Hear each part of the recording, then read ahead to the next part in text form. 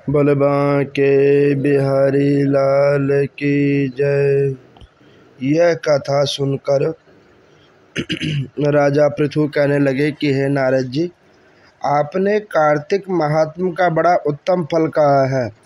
अब कृपा करके तुलसी जी का भी महात्म कह दीजिए। यह सुनकर नारद जी कहने लगे कि हे राजा पृथु, प्राचीन काल में शह आदि क्षेत्र में करवरीपुर में धर्मदत्त नाम वाले एक ब्राह्मण थे। बड़े ही ब्रह्मज्ञानी, धर्मात्मा तथा ओम नमो भगवते वासुदेवाय इस मंत्र का जाप करने वाले तथा अतिथि का सेवक करने वाले थे। एक दिन वह ब्राह्मण पूजा की सामग्री लेकर एक प्रहर रात्रि रहने पर भगवान के मंदिर को जा रहे थे।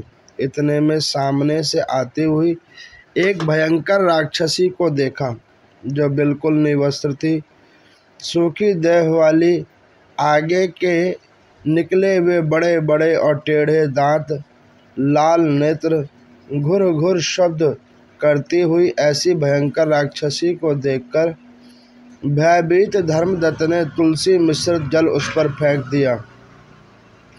उस जल के शरीर पर लगते ही उसके सब पाप दूर हो गए।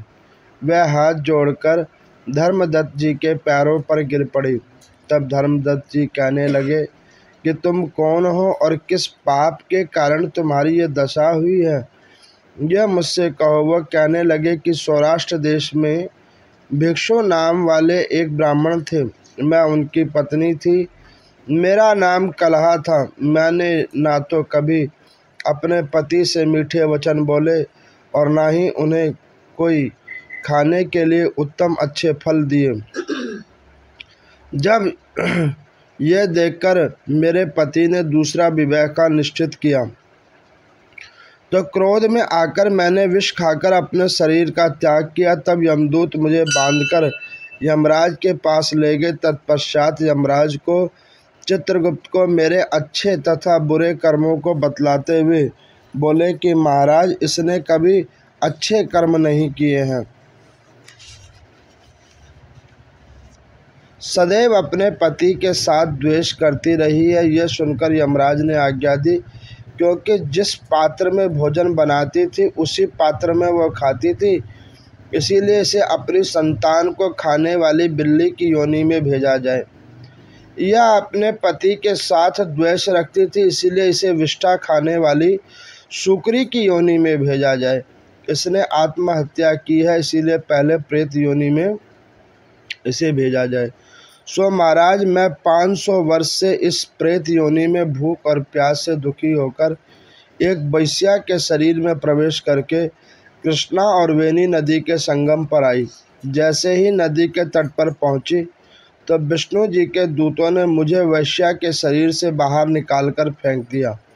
घूमते फिरते आप मिल गए तो आपके तुलसी मिश्रित जल से मेरे सब पाप नष्ट हो गए। अब कृपा करके ये बताइए कि इन 3 योनियों से मेरा छुटकारा कैसे होगा। धर्मदत्त कहने लगे कि तुमको देखकर मैं अति दुखित हुआ हूँ। तीर्थ, व्रत, दान ये कार्य प्रेत योनि में नहीं हो सकता है। तुम्हारे पाप अधिक हैं और पुण्य बहुत कम है।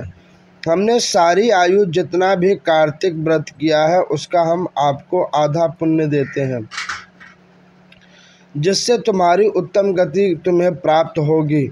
तब ब्राह्मण ने जो ही तुलसी मिश्रित जल से उसका अभिषेक किया और ओम नमो भगवते वासुदेवाय का मंत्र पढ़ा, वह कलहा प्रेत योनि से मुक्त होकर अग्नि के समान दिव्य देह धारण करके लक्ष्मी के समान रूपवती हो गई। तत्पश्चात उसने ब्राह्मण को नमस्कार किया, प्रसन्नता पूर्वक बोली कि प्रभु, इस पाप रूपी समुद्र में डूबते हुए मुझको आपने नौका रूप में बचा लिया। उसी समय भगवान विष्णु के दूत पुण्यशील और सुशील वहां आए और उसको विमान में बैठाकर बैकुंठ ले जाने लगे। तब धर्मदत्त से वो कह गए कि हे ब्राह्मण, आप धन्य हैं जो सदैव भगवान की भक्ति में लगे रहते हो। तुम्हारे कार्तिक व्रत के आधे पुण्य के प्रताप से इसकी मुक्ति हुई है। हे विप्र, कलंतर में तुम भी राजा के कुल में उत्पन्न होकर अंत में प्रभु के बैकुंठ को आप प्राप्त करेंगे।